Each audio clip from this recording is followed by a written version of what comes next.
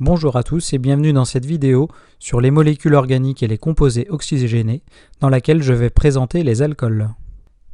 Les alcools sont des molécules possédant un groupe hydroxyle OH et leur représentation sera toujours de la forme ROH avec R qui est un groupe alkyle. Pour trouver le nom de l'alcool, on remplacera le E final de l'alcane dont il dérive, c'est-à-dire l'alcane en lien avec le groupe alkyle, et on remplacera donc le E final par le suffixe ol, ce suffixe étant précédé si nécessaire de l'indice de position du carbone fonctionnel. Le carbone fonctionnel étant le carbone qui est lié avec l'oxygène du groupe OH. Et pour finir, ce numéro d'indice de position doit être mis entre tirets. Je vais illustrer la nomenclature des alcools avec deux exemples. Un exemple où je vais tout d'abord partir donc, de la formule semi-développée d'un alcool pour trouver son nom.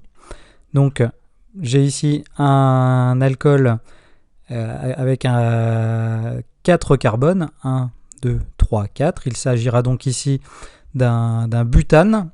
Pour trouver ensuite la position de la fonction, je commence à compter soit à partir de la gauche, donc carbone 1, 2, 3.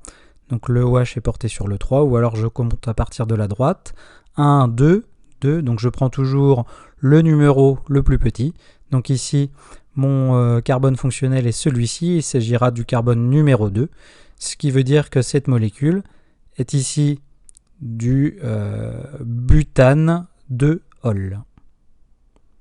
Donc butane car j'ai une chaîne à 4 carbones, 2 car le carbone fonctionnel est le carbone numéro 2 et ol car j'ai un groupe OH qui se trouve dans la molécule. Deuxième exemple, maintenant je vais partir du nom d'une molécule, donc le 3-méthylpentanaol, et cette fois je vais chercher à donner sa formule. Donc ici j'identifie tout d'abord le pentane, ce qui veut dire que j'ai une chaîne principale qui contiendra 5 carbones. 1 signifie que mon groupe hydroxyle est porté par le premier carbone. Ol signifie donc qu'il s'agit d'un groupe hydroxyle, donc un alcool.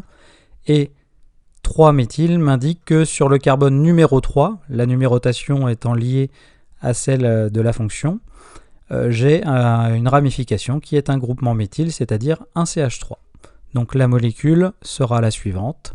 J'ai ici une molécule avec 1, 2, 3, 4, 5 carbones dans la chaîne principale, donc pentane.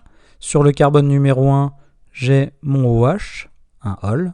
Et sur le carbone numéro 1, 2, 3, j'ai un groupement méthyle.